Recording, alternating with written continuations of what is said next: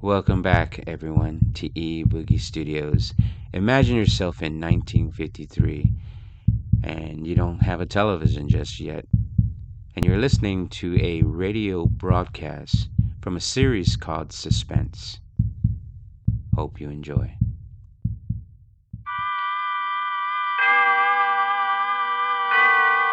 Autolite and its 98 years bring you Mr. Van Heflin in tonight's presentation of Suspense.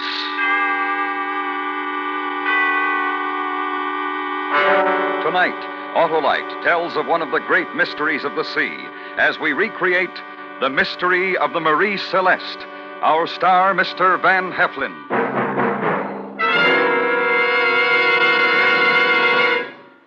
Hello, Harlow. Goodbye, Hap. Goodbye. Sure, this is our last show till fall, Hap. Last chance to tell folks about switching to those inspiring, incomparable, and inevitable Autolite spark plugs. The spark plugs that are ignition engineered for the finest performance money can buy. What are you going to do this summer, Harlow? Keep an eye out for exasperated drivers with poorly performing cars, Hap. And then I'll say visit your Autolite spark plug dealer for a brisk brace of Autolite spark plugs, like the amazing Autolite resistor spark plugs. The double life spark plugs that make riding as smooth as a summer breeze. So call Western Union by number and ask for our friend, Operator 25. Yes, sir. Operator 25 will tell you the location of your nearest Autolite spark plug dealer. The man with ignition-engineered Autolite spark plugs, both standard and resistor type. And remember, from bumper to tail light, you're always right with Autolite. And now, Autolite presents The Mystery of the Marie Celeste, starring Mr. Van Heflin, hoping once again to keep you in suspense.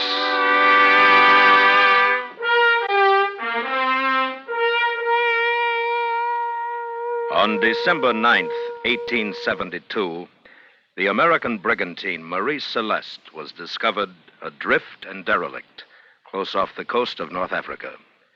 She had sustained some storm damage, but she was still an able ship.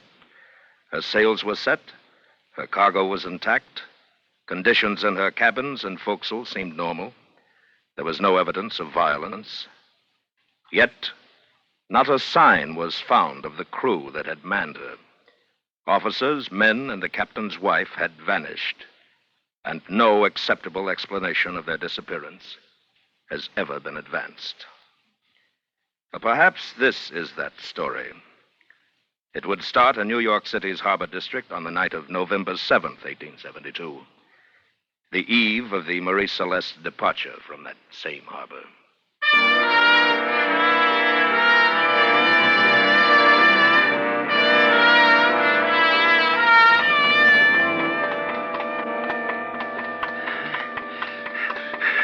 Stop! Stop or I'll shoot! Stop or I'll shoot!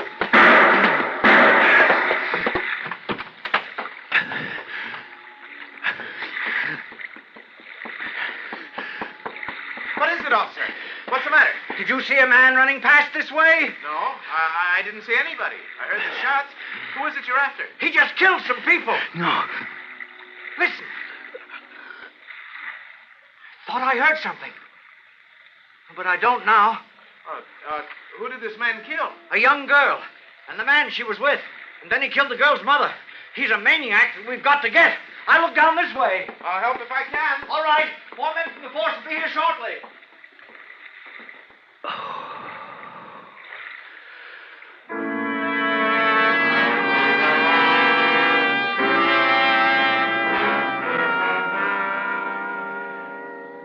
I didn't remember killing her mother. Grace I killed because I couldn't help it. The man because he came after me when Grace was down, but I never meant to kill her mother. When I heard that I had, I wondered if the officer was right and that I was insane.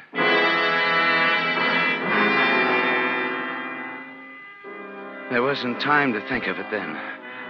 Only time to think of getting away. And through that night, I searched for a ship that was leaving soon.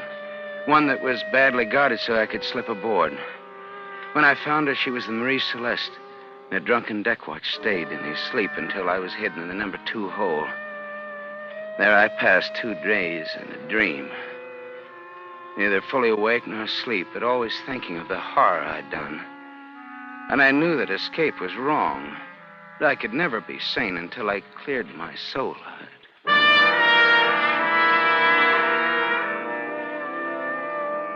On the third morning, I proceed to make my presence aboard known, so that I can go to the captain and tell him of my crime and take the consequences I so richly deserve. I climb to the deck and am immediately seen by a crewman. Hey, Lindley, look! Who's that? You better find out. Who are you, mister, and what are you doing aboard? My name is Sam Newcomb, and I want to talk to your captain. You'll talk to him right enough, whether you want to or not. How'd you get aboard? You'll be lucky if you didn't stand the 12 to 4 watch here last night in port, because that's when it was. You're uppity for a stowaway, aren't you? You're no better than a thief. Well, I admit that. Look, I want no trouble with you. Please take me to your captain. I'll talk to him and no one else. You take him, Bull. I'd better stay forward. Come on, Newcomb. If you're going to make the rest of the trip with us, you better drop your airs or there'll be trouble. I don't have any airs. And I don't think you'll be trouble with my company. Oh? You mean you don't think you'll quarter with the crew? No. You expect to be with the officers, like an honored guest? No. Where then? Well, I don't know. Yeah, you act like you're daft. Don't say that. I'll... You'll what? Nothing. I'm sorry. I want to talk to your captain. You watch what you do and say, or you'll be over the side. Here. Yes, come. Watch your language. The skipper's wife is in the next cabin aft. His wife? Well, who's this? He just came out of number 2 hold, sir. His name is Sam Newcomb. Got aboard on the 12 to 4 watch hour last night in. Hubbard's watch. He'll answer for it. Well, Newcomb, what do you have to say for yourself? I'd, like it if I could talk to you alone, sir. That's all, Bull. Tell Hubbard I'll want to see him as soon as he's off watch. Yes, sir. Now, you realize, Newcomb, that you've committed a crime by boarding this ship without permission. And probably without passport or any other papers, I suppose. I know, sir. But, when I tell you why... I'm not a bad man, sir. Nothing like this has ever happened before, but something drove me. I didn't know what I was doing. Another one who's always wanted to go to sea, I suppose. No, sir. I've been sailing for 10 years. I'm an able hand. I came aboard because, I had to get away. You were in trouble? Yes, sir. I don't think it was my fault, but I am wrong. What kind of trouble? Well, there was a girl, sir, who I was in love with, and, I don't know what came over me, but... Yes? What'd you do to her? I found her with another man, and, I just had to get away, sir. A lovesick young calf, eh? Well, that doesn't condone... Ben. Oh, yes, my dear. Oh, I'm sorry. I thought I heard you talking. Yes, this is Mr. Newcomb. He came aboard illegally the night before we left. Well, where has he been? It's 3 days. In number 2 hold, ma'am. Have you had food and water? No, ma'am. Well, why haven't you come to us before this? I don't know, ma'am. He was going to tell me why he came aboard. I don't suppose it's important to anyone but me, but I felt that I had to get away, and... It was a girl. I almost guessed that. A broken heart? I thought it was. I know it sounds silly, but to me it seemed awfully serious, and I couldn't think of another way to leave as quickly as I wanted to. Yeah. Well, there's no other way I can allow an affair of the heart to influence what I must do in this case. Now, by reputation, I'm a fair and lenient I'm man. a seaman, sir. I could work my way. I'm not so sure that you deserve the chance. Whatever you say, sir. Ben. Oh, please, Grace. Great. What's the matter with you? Nothing, sir. My name. Grace is the name of the girl. Yes, ma'am.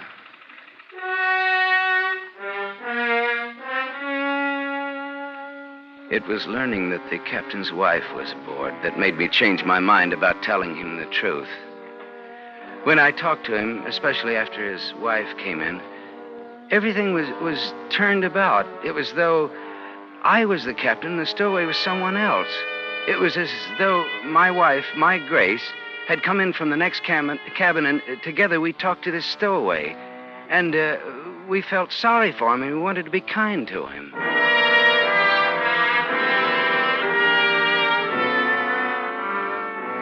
The wife can't be more than 3 or 4 years older than I. And I feel close to her right away. I think that even if she doesn't know what I've done, she understands me. It's a good feeling to have one friend on the ship. Through her pleas, I'm sure I'm not restrained and instead sent to take my place with the crew in their forecastle. There I find no friends. Well, what are you doing here? Couldn't you find a better place to quarter? I was told where to come. Hey, Hubbard. Huh? Wake up. Here's the one who came aboard during your watch. Huh? What'd you figure you'd be fined? A week's pay? Yeah, that's right. Newcomb, huh? Yes?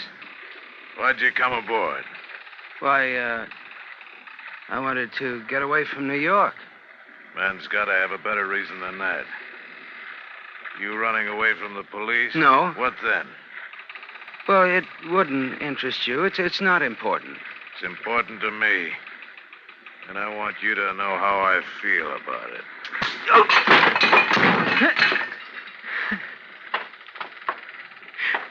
Are you going to get up? No. I don't want any trouble with you. You don't want no trouble. You caused me trouble, haven't you? I'll be called up in front of the captain because of you. Well, that's done. There's no way I can change it. We got 3 weeks before we make Naples. You'll pay for it. I'll see to that.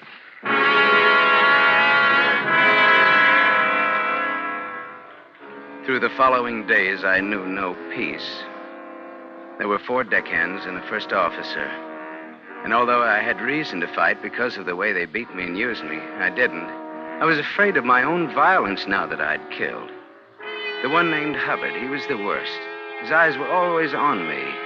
And I wondered why. There was a night when I woke to find him bending over my bunk.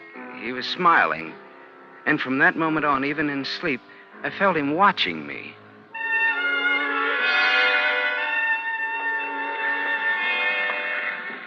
On another night, I'm on deck.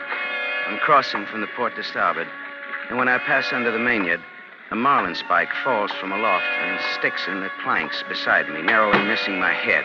I look up to see Hubbard smiling down at me from the rigging. I try to avoid him, but he drops to the deck to face me. I dropped my spike. Yes, I know you did. What are you going to do about it? Nothing. You take more than any man I've ever known, Newcomb. Well, I'm not proud of that. Well, why do you keep after me? Why don't you leave me alone? Because I'm a curious man. I want to know truly why you're on this ship. Your story to the captain about trouble with some woman just doesn't set right. Well, no, that's the truth. Not all of it. Why do you say that? Anybody ever tell you you talk in your sleep?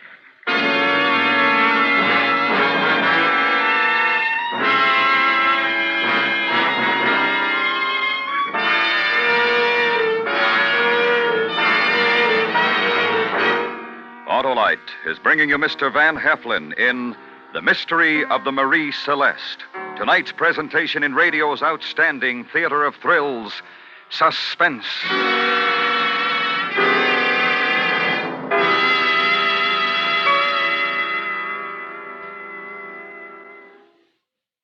Well, Harlow, this is it. It sure is, Hap. The Autolite resistor spark plug. The double life spark plug. That's the greatest advance in spark plug design for automotive use in the past 25 years. I didn't mean the resistor spark plug, Harlow. I meant this is our last meeting till fall. Too bad. 2 bad, 3 bad, no matter how many spark plugs are bad. Get them all replaced with a set of sensational Autolite resistor spark plugs. The spark plugs that last twice as long and give smoother engine performance and really quick starts. And the Autolite resistor spark plug is only one of a complete line of Autolite spark plugs, ignition engineered for every use. Is Operator 25 going on vacation too, Harlow? No, sir, Hap. She'll be standing by to tell folks the location of their nearest Autolite spark plug dealer. Just call Western Union by number and ask for Operator 25. And remember, from bumper to tail light, you're always right with Autolite. And now, Autolite brings back to our Hollywood soundstage Mr. Van Heflin in Elliot Lewis's production of The Mystery of the Marie Celeste, a true report, well calculated to keep you in suspense.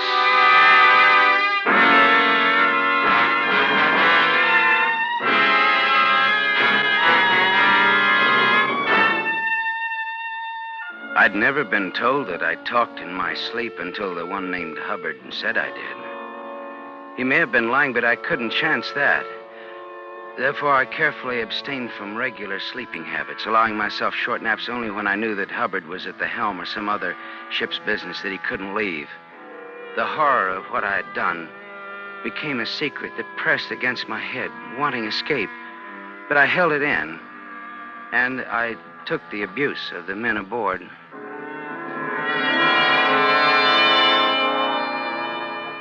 The only kindness and relaxation I find are during the moments when I chance to meet the captain's wife. Off watch one night, when it's not safe to sleep, I'm alone taking a cup of tea in the galley. When she comes in... Oh, Mrs. Briggs. Why, Mr. Newcomb, I've been thinking of you. I haven't seen you. Well, you look ill. Is something wrong? No, nothing, no. My sleep hasn't been so good. And your cheek is bruised. What happened? Oh, it's nothing serious. Just some trouble with the other hands. Have you told the captain? No, ma'am. Why not? I shall. No, please, please don't.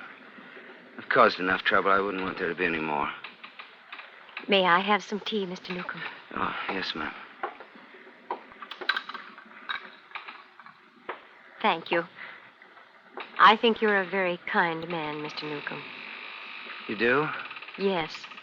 To protect the other hands, for one thing. They're a rough lot, I know. No worse than most men, ma'am. You're very unhappy, aren't you? This girl, Grace, I know this is hard for you to understand, but really, no one girl is worth ruining your life for. Not even losing sleep over. Yes, ma'am. I wish you'd stop calling me ma'am. Perhaps if you did, you could talk to me about this girl. I think it'd do you good, don't you? Well, I don't know. Tell me about her. I'm sure she's quite beautiful. Well, I thought so. And you plan to be married. Yes. But she changed her mind? She was never sure.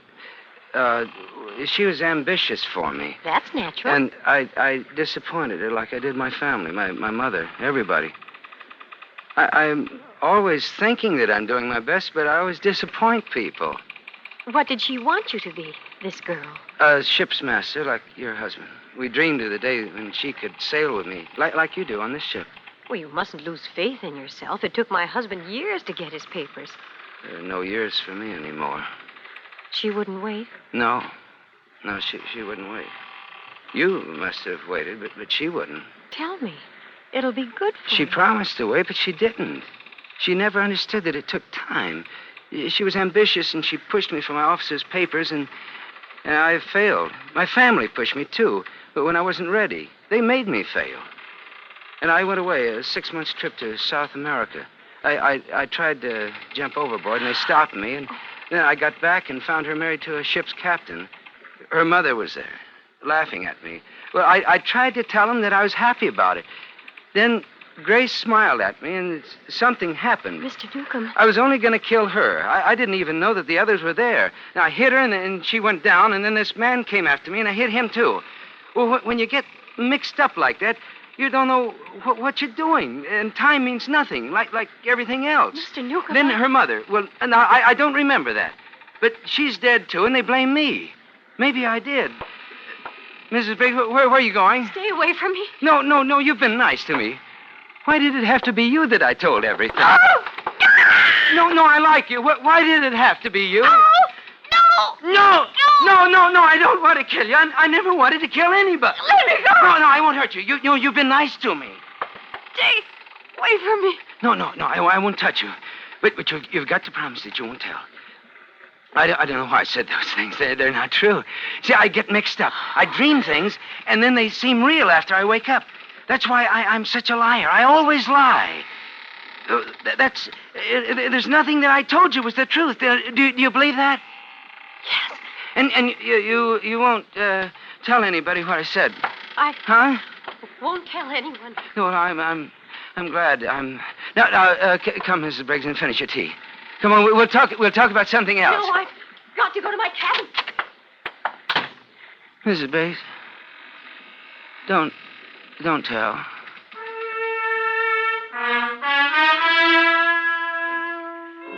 I knew she would tell. So I hid. I went back to the number 2 hole where I'd felt safe before.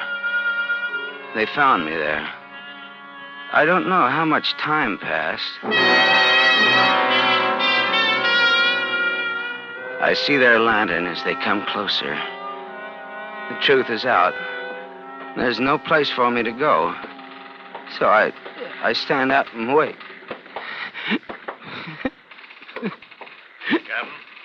Captain, I hear him, I think. Yes, Hubbard. Keep your pistol ready. You have to be careful. Yes, sir. There he is, sir. Come out of there, Newcomb. Keep your lantern down, Hubbard. Keep us out of the light. He's dangerous. No, I won't cause any trouble, sir. Get him out of there. I won't cause any trouble. It's all right, sir. He's down. Dirty little scum. Lock him up.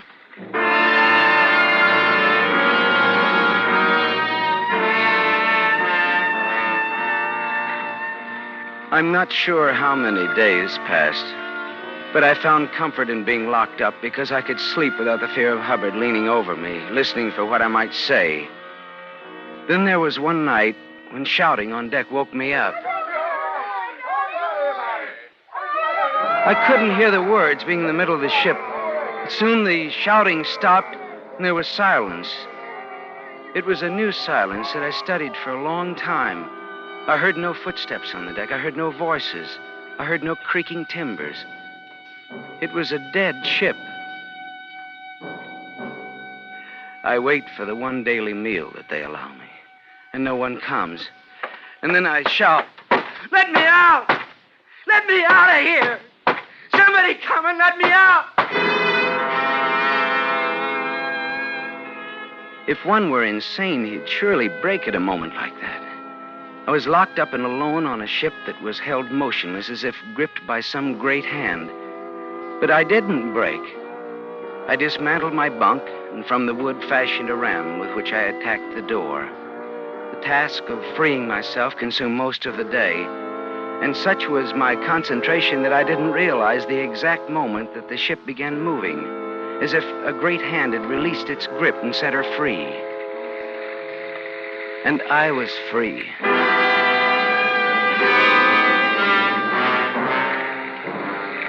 I come out on deck to find a cloudless sky and empty sea horizons all around, as if I'm alone in the world, the wheel spinning idly with no one to attend it.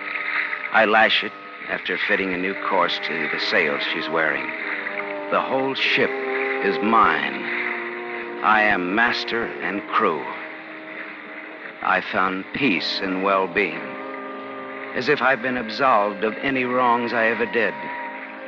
Because what, if not Providence, held the ship that night and sent the others to certain death in the endless sea? What, if not kind Providence, decided that I alone would survive? The meek and the humble shall inherit the earth.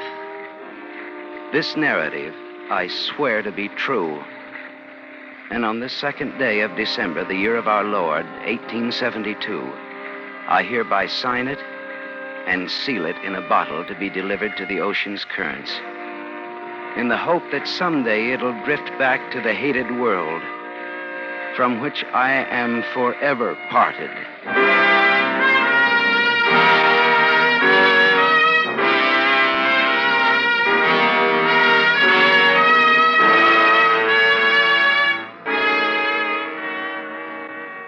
According to scientific theory, a strange phenomenon takes place now and again off the coast of Africa, near where the Marie Celeste was found. Great rivers of sand are swept out from the coastal deserts. When certain conditions prevail, this sand is concentrated by the ocean's currents. Millions of tons are massed until an island is born, lives briefly, and then is swept away by a shift in the currents that created it.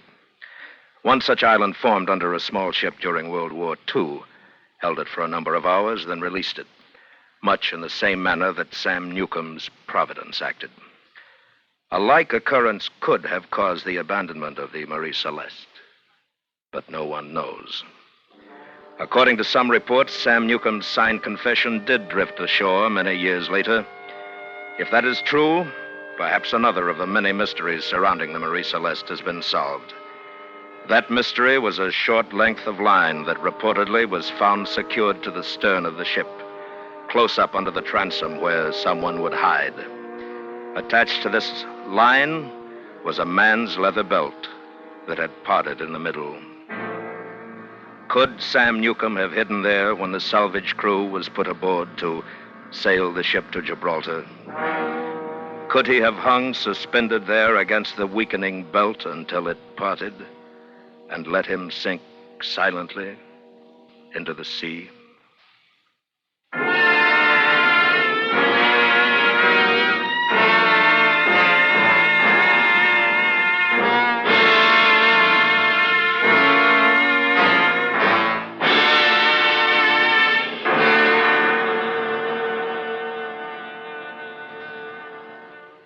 Suspense, presented by Autolite. Tonight's star, Mr. Van Heflin. This is Harlow Wilcox speaking for Autolite, world's largest independent manufacturer of automotive electrical equipment. Autolite is proud to serve the greatest names in the industry. They are members of the Autolite family, as well as are the 98,000 Autolite distributors and dealers in the United States and thousands more in Canada and throughout the world. Our family also includes the nearly 30,000 men and women in 28 great Autolite plants from coast to coast and Autolite plants in many foreign countries, as well as the 18,000 people who have invested a portion of their savings in Autolite. Every Autolite product is backed by constant research and precision built to the highest standards of quality and performance. So remember, from bumper to tail light, you're always right with Autolite.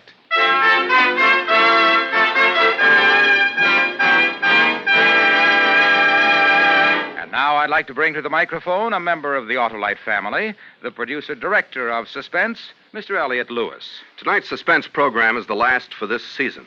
Suspense on television will continue through the summer. Starting next week at this same time, CBS Radio will present a new series of true crime mysteries, crime classics by name, which I heartily recommend to be worth your listening until Suspense returns in September. And so until that time, all of us of the Autolite family thank you for your support and attention during this last season. We'll see you in September on Suspense. Suspense is produced and directed by Elliot Lewis, with music composed by Lucian Morowick and conducted by Lud Gluskin. The Mystery of the Marie Celeste was adapted for Suspense by Gil Dowd. Featured in the cast were Joseph Kearns, Jeanette Nolan, Paul Frees, Dan O'Hurley, Hal Gerard, and William Conrad. Van Heflin may currently be seen in Shane, a George Stevens production for Paramount. You can buy Autolite resistor or standard type spark plugs, Autolite electrical parts, and Autolite Stay Full batteries at your neighborhood Autolite dealers. Switch to Autolite. Have a good summer. And good night.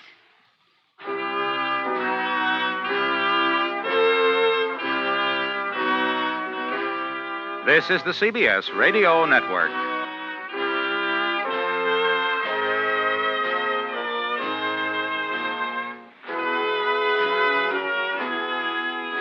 This is the end.